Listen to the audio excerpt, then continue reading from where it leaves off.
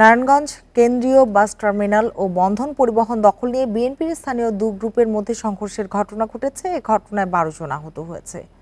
নারায়ণগঞ্জ সদর মডেল থানার ওসি নজরুল ইসলাম জানান, রোববার দুপুরে বাস টার্মিনালে যায় মহানগর বিএনপির আহ্বায়ক কমিটির সদস্য মাহবুবুল্লাহ তপন ও মহানগর স্বেচ্ছাসেবক দলের আহ্বায়ক সাখাওয়াত হোসেন রানার নেতৃত্বে একটি গ্রুপ।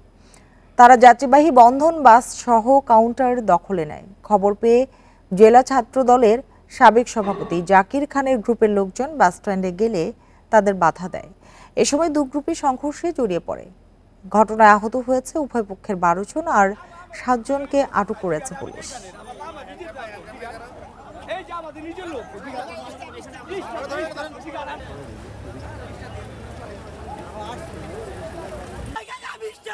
আমার